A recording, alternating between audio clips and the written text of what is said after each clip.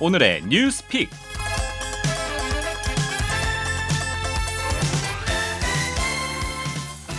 월요일 이 시간은 안성용 기자의 정보방, 정치를 보는 방법 시간입니다. 안 기자 어서 오세요. 네, 안녕하십니까. 오늘은 어떤 소식 갖고 오셨나요? 네, 평양 정상회담이 하루 앞으로 다가왔죠. 네. 역대 5번째 정상회담이자 문재인 정부 들어서 3번째 정상회담이 목전에 다가오면서 국민적 관심이 다시 고조되고 있는데, 하지만 이제 보수 야권 그중에서도 자유한국당은 평양 정상회담에 대해서 뜨뜨미지근하거나 아니면 비판적인 입장을 보이고 있는데, 왜 그런지 살펴보고 꼭 그래야만 하는지도 한번 짚어보도록 하겠습니다. 네, 그런데 한국당이 평양 정상회담을 반대한다. 이건 아니지 않습니까? 네, 그렇습니다. 이제 평양 정상회담 절대 안 된다, 묵고 할 수 없다, 이런 식의 반응이 나오는 것은 아닙니다만은, 네. 그렇다고 해서 흔쾌하게 박수치면서 환영하는 입장도 이제 아니라고 할 수 있습니다. 네. 이 반대하자니까 수구 냉전 세력으로 찍힐 수 있고, 그렇다고 쌍수 들고 환영할 수도 없는 그런 어정쩡한 상황이라고 할 수 있겠습니다. 네, 네. 예, 그래서 이제 정의용 안보실장 등 특사단이 평양을 방문해서 정상회담 날짜를 확정한 게 지난 5일 아니었습니까? 네. 그래서 제가 한국당 인터넷 홈페이지에 들어가서 6일부터 김병준 비대위원장과 김성태 원내대표의 발언, 그리고 대변인 논평을 한번 제가 검색을 쭉 해봤습니다. 네, 뭐 특별한 점이 눈에 보이던가요? 우선은 평양 정상회담 자체에 대한 언급이 많지 않았다는 게 아하. 눈이 띄고요. 네. 그리고 김병준 비대위원장은 평양 정상회담을 한 번도 직접적으로 언급하지 않았습니다. 그러면서도 애둘러서 북핵 폐기가 우선이다, 이런 입장을 나타냈는데, 지난 10일에 의원총회에서 한 발언을 들어보시겠습니다. 지금 곳곳에 북핵이 폐기될까 하는 그 의구심을 가질 수 있는 사안들이 너무나 많습니다. 그런 만큼 더더욱 주의를 기울이고 입장을 단단히 해서 처리를 해야 되겠다는 생각이 듭니다. 네, 그리고 김성태 원내대표는 직접적으로 정상회담을 언급하기는 했는데, 네. 기대한다, 정상회담 잘 하시다, 이런 표현도 있었지만은 결국은 잘 되는지 지켜보겠다, 이런 관망적, 방관자적 표현이 눈에 띄었습니다. 네. 지난 14일 원내대책회의에서 김성태 원내대표가 한 발언을 들어보시겠습니다.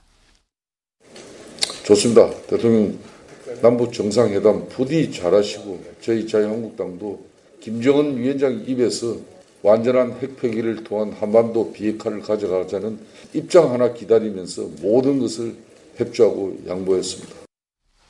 안 기자, 아무리 야당이라고 해도 한반도 평화를 위한 정상회담인데 지지를 보내줄만 합니다. 그런데 그렇게 못하거나 또는 그렇게 하지 않는 이유가 있을까요? 우선 곁가지긴 한데, 정상회담에 국회의장과 여야 대표를 초청하는 데 있어서 청와대의 기술적 미스를 들 수 있겠습니다. 네. 예, 함께 가서 남북관계 개선과 한반도 평화에 대한 초당적인 의지를 보여주자, 이런 취지는 이해가 되지만은 자칫 국회와 야당을 들러리 세울 수 있었던 점은 분명히 있었던 것 같고요. 네. 판문점 선언 비준 동의안 제출도 한국당 입장에서 보면은 정상회담 앞두고 급하게 밀어붙인다, 이런 생각을 할 수 있었을 것 같습니다.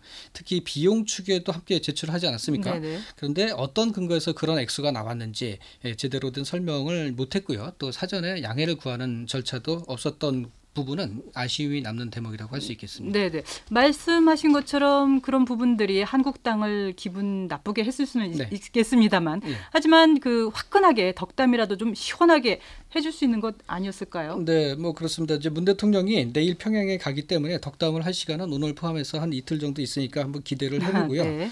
근데 이제 본질적으로 한국당이 아직 김정은 위원장의 비핵화 의지를 믿지 못하고 있는 게 평양 정상회담에 대해서 시큰둥한 반응을 보이고 있는 핵심 사유라고 할 수 있을 것 같습니다. 그러니까 북한 비핵화에 대한 회의적 시각, 바로 이게 기본에 깔려 있다, 이 말씀인가요? 그렇습니다. 지난 7일에 윤영석 대변인의 논평에 이런 관점이 그대로 녹아 있는데, 윤 대변인은 북한 비핵화 진전 없는 종전선언과 평화체제 추진은 본말이 전대된 것이다, 이런 제목의 논평에서 우려되는 점은 북한의 실질적이고 구체적인 비핵화 의미와 관련 조치 등을 구체하지 못한 상태에서 종전선언과 남북관계 개선을 조급하게 추진하는 것이다, 이렇게 지적을 하면서 평양 정상회담에서는 북한의 완전한 비핵화를 위한 위해서 모든 지혜와 역량을 결집해야 한다. 그것이 국민의 염원이다. 이렇게 얘기를 했습니다. 네, 한국당의 이런 시각에 대해서는 어떻게 봐야 될까요? 네, 올 초부터 한반도를 둘러싼 국제 정치 지형이 요동치고 있지 않습니까? 네네. 이런 상황에서 한국당이 북핵 문제에 대한 국제적 흐름을 잘 읽지 못하고